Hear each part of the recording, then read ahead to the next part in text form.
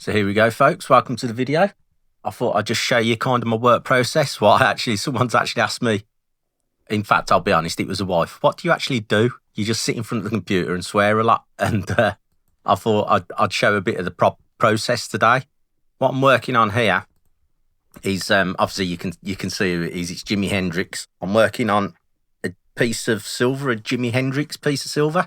So obviously I've got to try and make a bas relief from this so I can 3D print it. Now, I've been working on this for a while now, just on and off, just when I get 5 minutes, just mucking about. But I really need to get this one finished. So this morning was this morning. I want to get 4 designs, what I'm happy with, which I'll be happy to do. So basically, these images are just ones I've found on the internet. And I've just had a mess about with them. I'm going to resize them, as you can see. And now we've just got to get them ready so we can make basically a depth map. And a depth map is basically what I use to make a 3D generation of bas relief. And a depth map's just basically a black and white tonal image. And that'll give you all the layers and the heights for 3D printing. So I'm just mucking about with getting the basically ready for that process. And you can do 3D renders really, really quickly. And they'll come out and you'll think they'll look really, really cool. And it's like, oh my God, that's took about 30 seconds, 2 minutes. How have you done that? But it's all right doing it like that. I could just put these photos straight in, these images straight in and do a 3D render and it just wouldn't work. It'd come out, you'd look and go, oh yeah, okay. But we got to think that I've got to transfer these into sand. These have got to be 3D printed, then pushed into sand, and then silver's got to be poured to make a relief panel.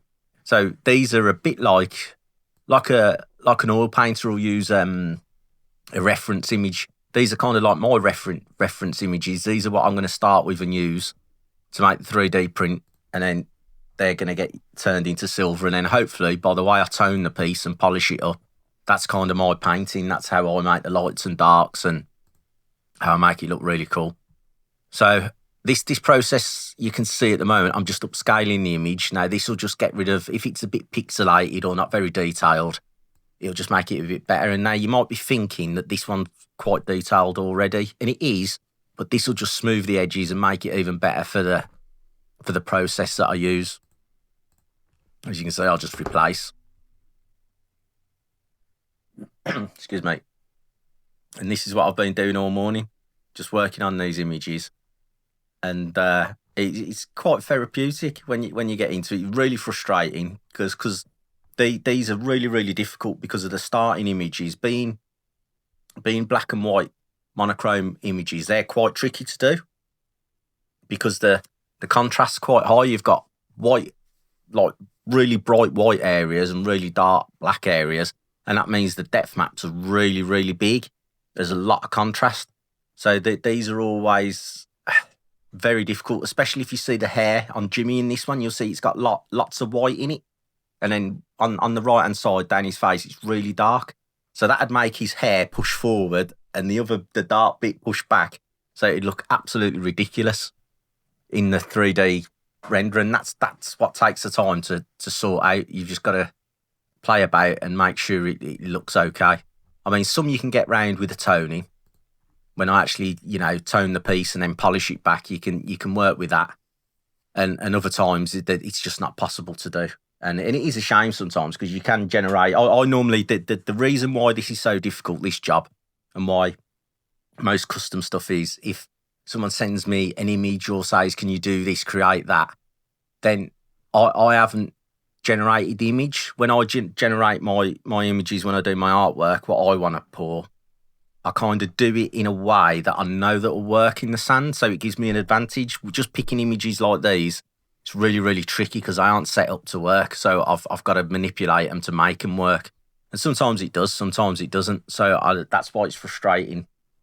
I think when I do some commissions and it just doesn't work, I just say, oh, it's not going to work, which is a shame, really. But it's just the way it is. Now, I love this image of him here. I think this is really, really cool. I really like this one. And I think that's going to look really cool as a horizontal bar, a nice panel. That'd come out really well. And yeah, and this is it's just playing about, and it just got me back to thinking, messing about I say messing about, excuse me. I'm not messing about. This is proper work. But I can remember all the way back to my sixth form days. Every Friday at the end of school, we'd finish school at 3:30 because I was in sixth form, but it was like lumped onto the side of a school. So I didn't go to college on. I think it was sixth form, and we was allowed to, wear our own clothes. We had a coffee machine and chocolate machine in the vending machines in the sixth form common room.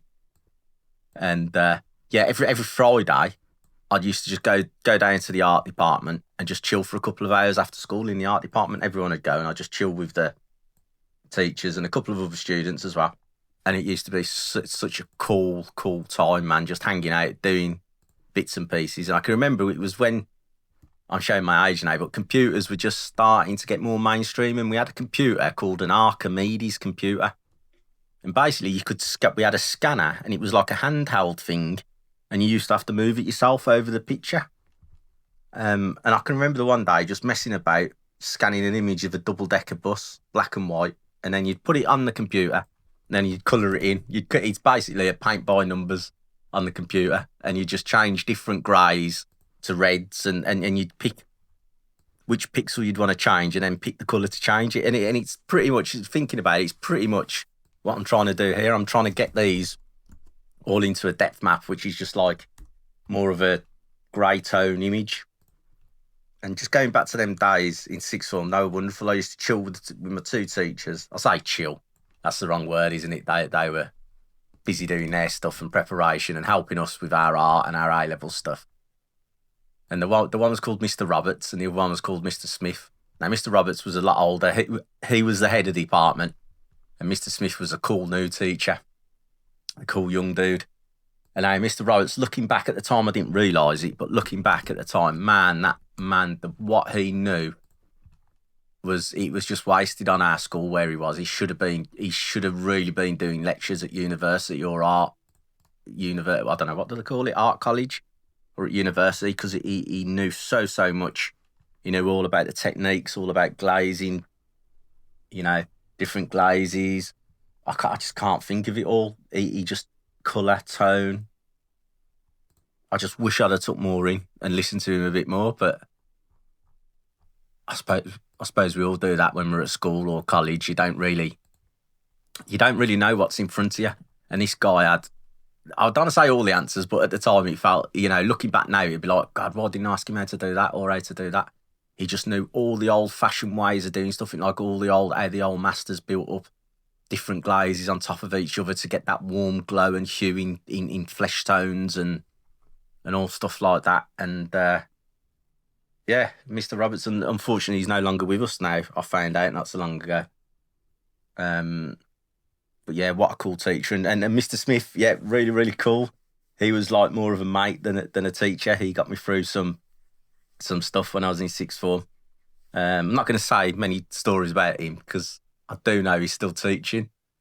So I don't want to get him into trouble. But his name's Mr. Smith, so it's a generic name anyway, isn't it? But yeah, he was really cool though. Really cool. And again, such a great artist. I can remember he pinned up. We used to have, I don't know if we used to have like these old blackboards, but it wasn't actually board. It was almost like canvas, and they'd rotate, and they were chucking them all away. And the art department, cottoned on, if you looked at the back, they were like this matting, like this canvas. If you painted them white, it was almost like a canvas, so that we were just cutting them all up and using it as canvas. And he cut one up, and he just took this, it was the whole blackboard, so it was massive. And he cut it up and he just stuck it on his classroom wall.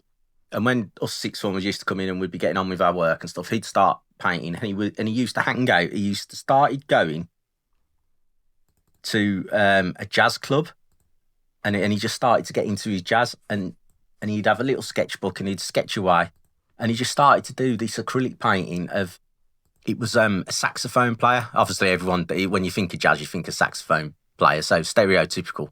But man, the way he did it, it was so cool. I'd never seen anyone paint with acrylics like this before. He used them as like they were watercolours, really watered down, and his style was really loose. It was like really loose and really like flowing, and everything flowed into each other. Like the saxophone would flow into his hands obviously flow into his arms, and just it's just like it took your eye. His compositional skill was, now looking back, that's what it was. His compositional skill was unbelievable. But back at the time, I was like, wow, that's really cool. Makes you look at it. But now I know what it is, what he's doing. I'm like, oh man, that is just wonderful. And yeah, I can see it now, the vivid, the paint going on and how he used to do it. And he used to work so quick, and then he'd leave it and you'd have the drips coming down the canvas. But then he'd go back in more detail. And it's just wonderful. I can actually remember having a T-shirt. He'd done some T-shirts, and I can remember having, I know I've still got it somewhere. I had a piece of his artwork on the front of my T-shirt. It was really cool, and it was like a portrait with all hands pushing into his face, almost if he was depressed under pressure and stressed. And it was just wicked. Just looking back, wicked time. I just wish I'd have took more in. I'd give anything to go back and spend more time and develop more of my painting skills. That's one of the things I regret, not doing that bit more. So as you can see here, I'm still messing about with Jimmy. As you can see, he's got a little bit of problematic, what I was talking about a bit earlier, the light and darks. You'll see his chin's got a really big shadow underneath. So it's leaving like a big indent. When we do the 3D generation, we're getting a big indent under the bottom of his chin. So I have to remedy that because it just wouldn't work. A little bit's okay, because obviously when I do the toning and I polish it back and leave that area dark, it will look like a shadow. But if the bas relief's really inset on that area, it's just going to look stupid. And these are the little things that you need to work around and try and solve, and that's what I'm trying to solve here. As you can see here on the picture, under his bottom lip is like a really dark, like it's not really dark, but it's a dark line going across. And when I do the generation, the computer just can't work out that should be at the front. It's at the same level. It doesn't know that it's a shadow. So what I'm doing here is just sorting that problem out. And basically, when you do stuff like this, when it isn't generations that I've done or art pictures that I've made myself, you get these problems, and this is what takes the time and the frustration, and it's stuff like this which will change the appearance of the picture and why sometimes you don't get the likeness. I mean, that I have the same problems like a portrait painter would, or a landscape artist. Well, landscape can be more impressionistic, can't it? So that's not as bad. But if you're doing a portrait of someone famous for a commission, then let's be honest, it's got to look like them, hasn't it? So that's why it's so difficult. The replication at the moment with my process is quite tricky to do. But I think on this image, if I can crack this bit on his chin, I should be able to do it. And I'm just comparing here just to see. It's not quite as dark, but we've still got a bit more work to do. And basically, that's all it is. Just keep plugging away and keep doing it until we get something good enough for a 3D print.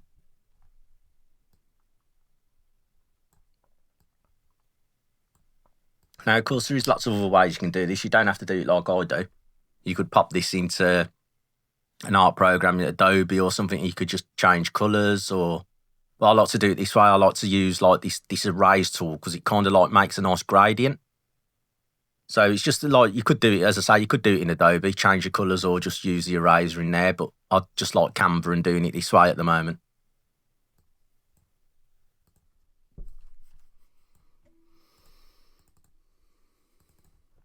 But yeah, as you can see, we're getting there. It's not quite as dark now. So when that generates now, it should we still want a little bit of an indent because we want to show that that's shadow, because when the toning goes in there, that'll be really dark. And of course, the bottom of his chin will be out a bit more, and it'll be a lot lighter when I polish it back. So that'll make it work. You've always got to be thinking what the end thing's going to look like. Sometimes the 3D print will look horrendous. It will look really, I don't want to say crap, but it'll look, if you can't imagine what it'll look like, you'll go, right, don't even bother pouring it because it's going to look ridiculous. But if you know about the toning and what's going to come out the other end, you're like, oh no, this is going to work really cool. So here, I'm just messing with the heights now, as you can see, getting some really good relief. But you can see it's got a block at the bottom and down the sides, which I just need to cut off the image. But looking at that, I think we're going to be okay. Under his bottom lip looks okay. I think that's going to tone up really cool. So now it's like basically time to get that sorted out and get it 3D printed. So I hope you enjoyed this little run through. I'm going to leave it. I've still got a lot more work to do, as you'll see here, but I'm going to leave the voiceover for now because I've got more to get on with and I want to set the printer up. So cheers, folks.